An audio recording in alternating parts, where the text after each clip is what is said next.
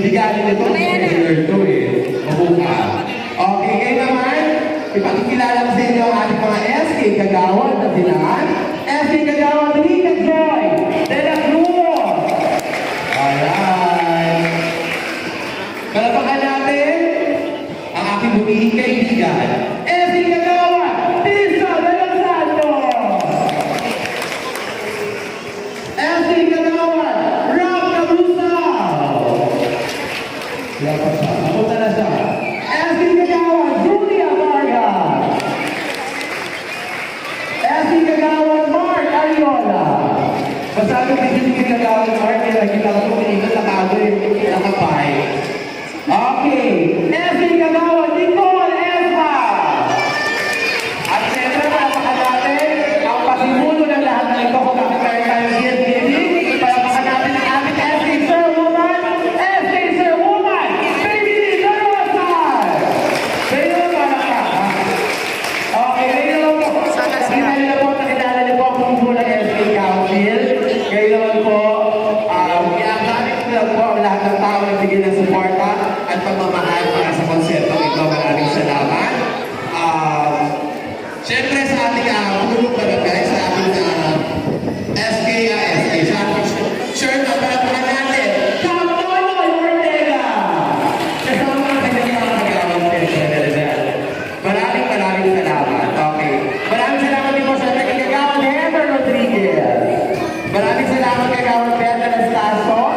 Maraming salamat Ma'am Pia Merino ng PCRD Coordinator. Maraming salamat din po Attorney Anthony Dean, Office of the Mayor Coordinator. Maraming salamat din po Sir Fernie Regional ng DILG District 3 Coordinator, Polices of Camp Carina. Maraming salamat din po kay Councilor Wency na Mumbai, kay Councilor Julian Cosete. At kayo naman po, maraming salamat din po sa Principal ng Aguinaldo Elementary School. Maraming salamat.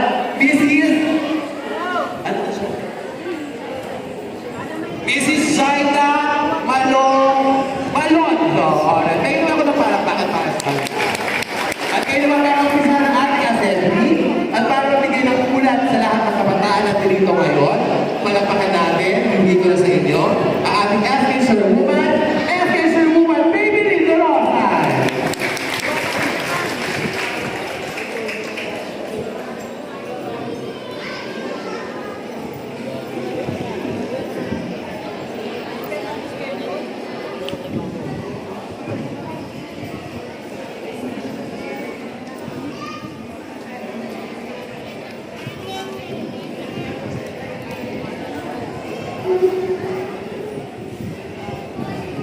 So, magandang umaga po sa inyong lahat. Sisimplihan ko na lamang po ang aking unan patungkol sa Katipunan ng Kabataan Assembly. Sana po yung lahat ay makinig. Sa loob po ng isang taon, ito po ang ibang-iba naming nagawa. At ipapaliwanag ko rin po or pahahabyawin ko rin po ang simple po namin magiging proyekto sa loob ng 2025 next year. So, una,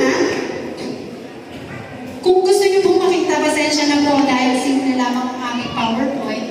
Lapit na lang po sa gitna kung yung mga iba ay hindi nakikita. So una,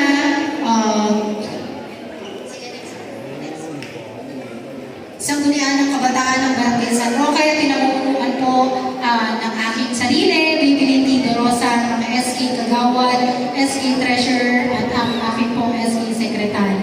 Next. Una po, kung inyo pong naaalala, kami po ay nagkaroon ng year-end gift giving katulad po nitong nangyayari ngayon, ay ito po ay wala pa po kaming pondo. Pero sinigurado ko po na pagkaupo po lamang namin ay nagkaroon po kayo ng simple ham at bigas para po sa inyong mga kabataan. Ang nabigyan po namin dito ay 600 na kabataan. Sumunod po. Yan. Ang Sangguniang Kabataan po ay may 11 or center participation, education, at iba't iba pa na matutunghayan po natin dito. Ang una po ay education.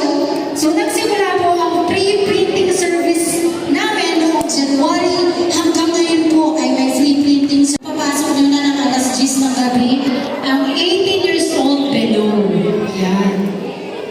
Yan. Sa mga computer shop po, lagi po may mga bata. Kaya kami po ay na-worry lagi at pinupuntahan po namin ito nang sa gayon ang mga bata ito, alam nila na meron po tayong discipline hours sa Barangay San Roque. Yan. Sumunod po, nagkaroon po kami ng self-defense training. Yung mga bata po, kailangan matrain para kapag sila po, for example, ay napasok sa kapahamakan, alam po nila yung simpleng self-defense. At kasama po namin dito ang mga pulisya ng Kamkaringan, sila po ay nag-train sa mga batang ito. Yan. Okay po.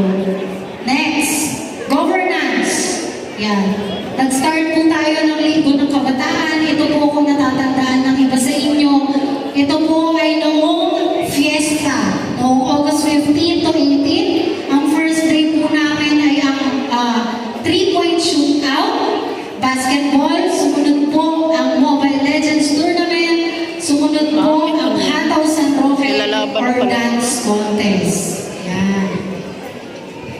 So ngayon po, nagaganap po ang ating Katipunan ng Kabataan Assembly. Ako po ay hihingi ng paumanhin. Ang iba po sa inyo ay siguro nagtatanong kung bakit ngayon lamang kami nag-assembly.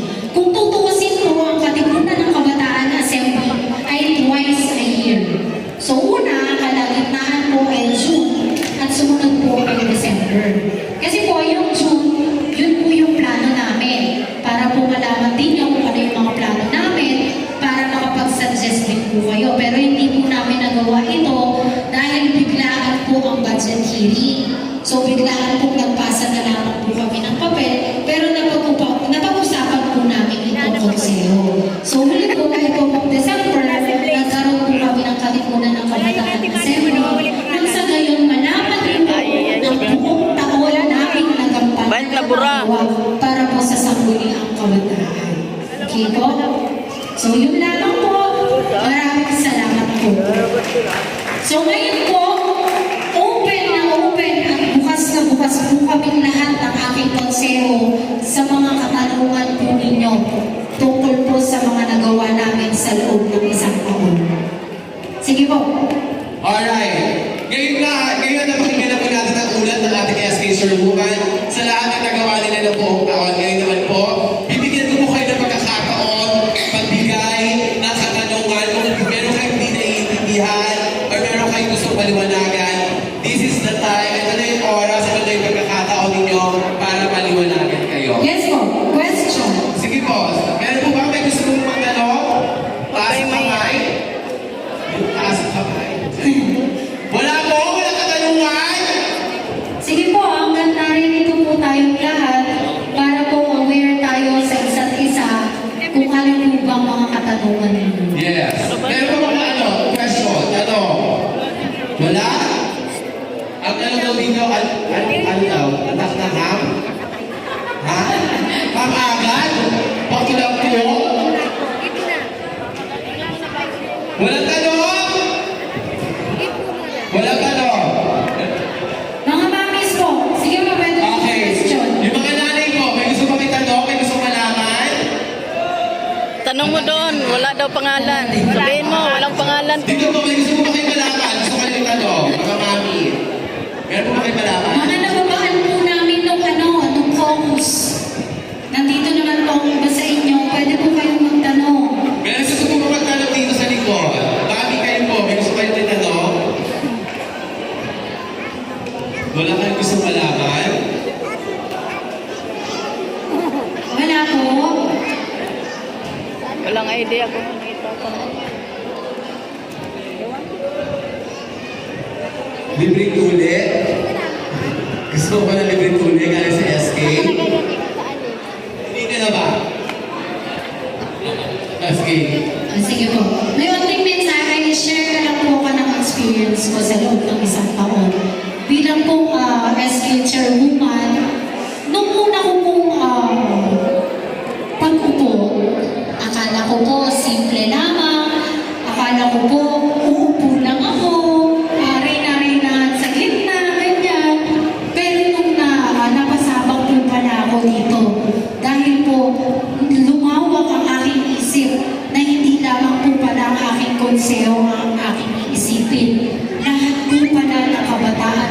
Roque ay dapat pong natutulungan.